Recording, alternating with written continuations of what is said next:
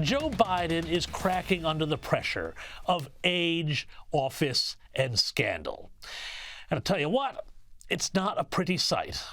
On Thursday afternoon Washington time, a special counsel looking into Joe Biden's handling of classified documents released his report. And it did not make for pretty reading. But tell you what came next, what Biden did next, was so much worse. First, let me set this up for you. Now, as you probably know, Joe Biden had been under a cloud for his handling of classified documents that he had carelessly left around his Delaware home, including in his garage, where he also kept his prized classic Corvette.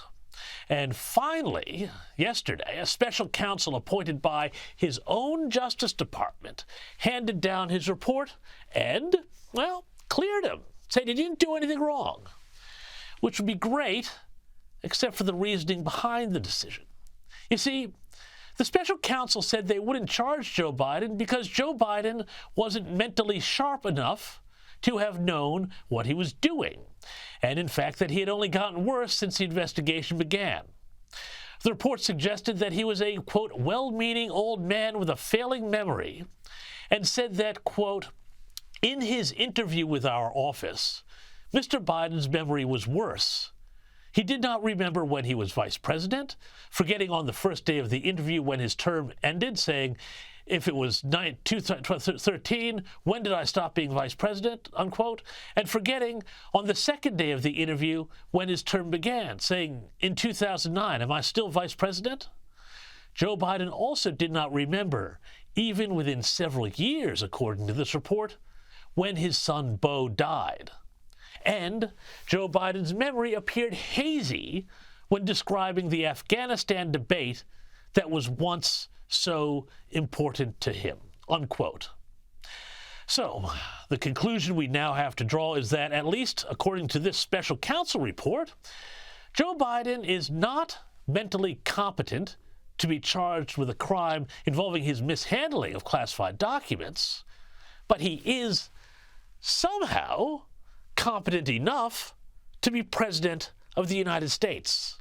Someone explain this to me, please, because, of course, Joe Biden's mental failings would be no surprise to anyone who has been watching his presidency closely. Just this week, on two separate occasions, the president has claimed to have met while in office with France's François Mitterrand and Germany's Helmut Kohl, two leaders both long since deceased. Now, forgetting who is alive and who has left us is, by the way, a classic early sign of mental decline, according to countless medical and geriatric authorities.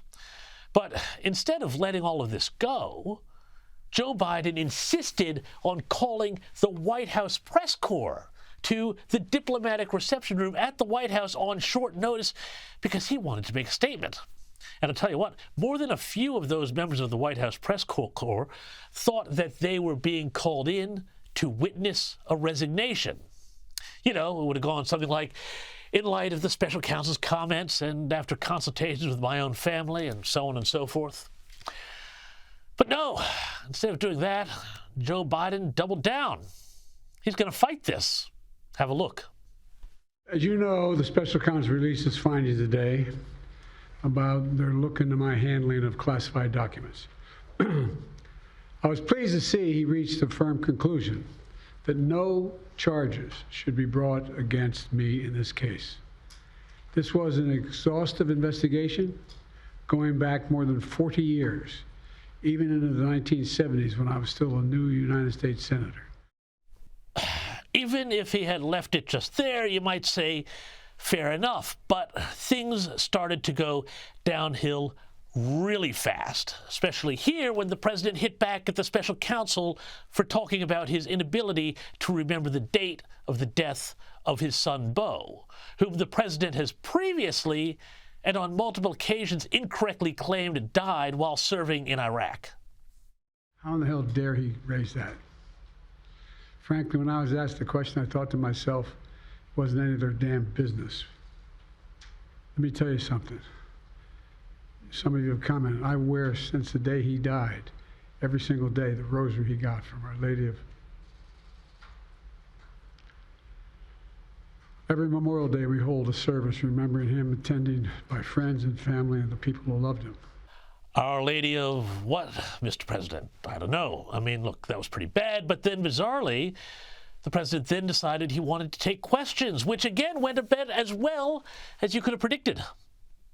President Biden, something the special counsel said in his report is that one of the reasons you were not charged is because, in his description, you are a well-meaning elderly man with a poor memory.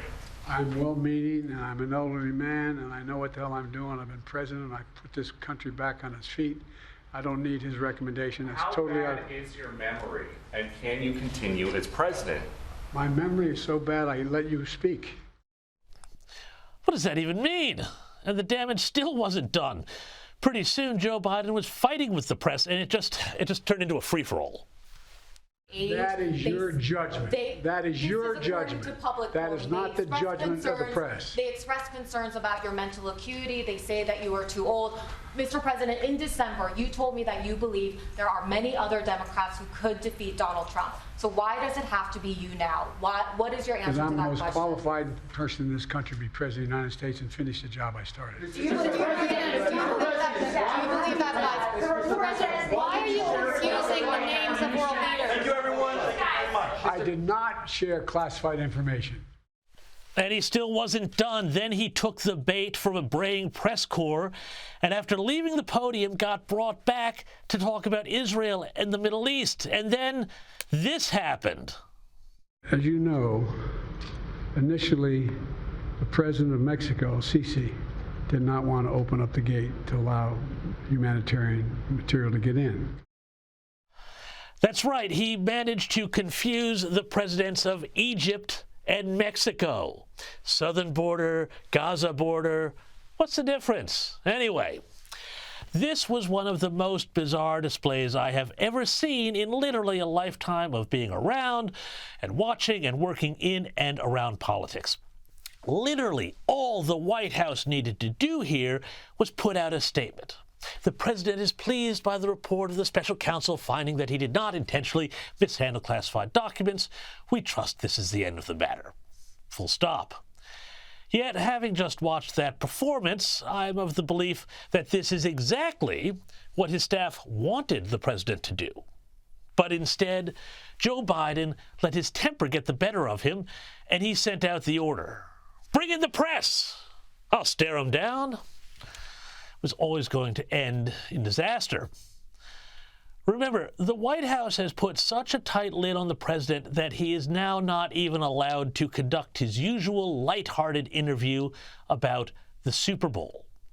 So terrified is his staff that Joe Biden could not even handle a little light banter about football without melting down or having a brain fade or otherwise embarrassing himself in front of hundreds of millions of viewers. What happened just hours ago at the White House is, I think, frankly, the beginning of the end of the Joe Biden presidency.